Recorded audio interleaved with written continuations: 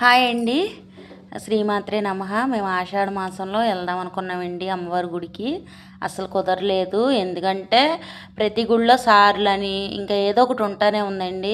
లలితా పారాయణం అని ఇంకా ప్రతి చాటకి నాకు వీలైనంత వరకు నేను కుదిరినంత వరకు వెళ్తూనే ఉన్నా. ప్రతి వీడియో మీకు పెట్టాను కూడా. అందుకని నాకు కుదరలేదు. అసలు వెళ్దాం అనుకోని కూడా మేము ఆగిపోయాము. నాకు చాలా బాధ అనిపించింది. ఇంకా ఆ తర్వాత శ్రావణ మాసం రాగానే మా తమ్ముడు పాపం వెళ్దామని అడుగుతున్నాడు 4-5 రోజుల ముందు నుంచే. సరేలే పాప పుడితే అక్కడికి వస్తానని అనుకున్నారంటే అండి, ఆడు కోరుకున్న కోరిక ఆ అమ్మవారు నెరవేర్చింది కాబట్టి ఇంకా ఆ బంగారు తల్లి కోసమని మేము అందరం వెళ్ళామండి. మా అక్క అయితే రాలేదు. ఎందుకంటే మా అక్కకి పాపం డ్యూటీ సెలవలేదు, అందుకే రాలేదు.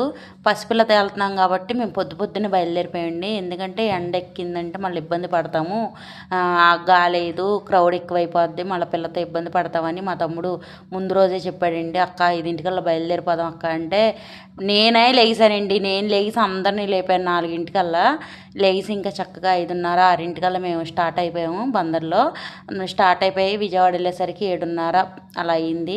ఇంకా వెంటనే వెళ్ళటమే దర్శనానికి వెళ్ళిపోయామండి. దర్శనంకి వెళ్ళంగానే చక్కగా చాలా అంటే చాలా బాగా జరిగిందండి దర్శనం. కాకపోతే మా బుజ్జి తల్లికి అస్సలు కాలేదు. అప్పటికే చాలామంది జనాలు ఉన్నారండి.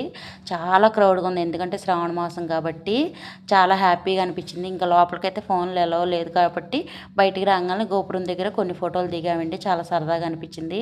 తర్వాత 9-9:30 అయ్యేసరికి మేము కిందకు వచ్చేసాము. టైం ఉంది కదా అని చెప్పి భవానీపురం ఐలాండ్కి వెళ్ళామండి. ఇంకా అక్కడికి వెళ్ళినాక అక్కడ కూడా కొన్ని ఫోటోలు దిగాం. మా తమ్ముడు వాళ్ళేమో పిల్లని నాకు ఇచ్చేసి చక్కగా వాళ్ళిద్దరు జంటగా చక్కగా ఫోటోలు దిగారు. వాడితే అన్న నెలకు 30,000 ఇవ్వరా, నేను చూసుకుంటా నీ కూతురునని ఆడు నవ్వుకుంటూ వెళ్ళిపోతున్నాడు పట్టించుకోకుండా. ఎవరు చూసి నా పిల్ల ఏమనుకో అందరు నన్ను అడుగుతున్నారు. కాదండి, మా తమ్ముడు కూతురు. నాకు చాలా చాలా సంతోషంగా ఉంది. నాకు చాలా హ్యాపీగా ఉంది. మీరు కూడా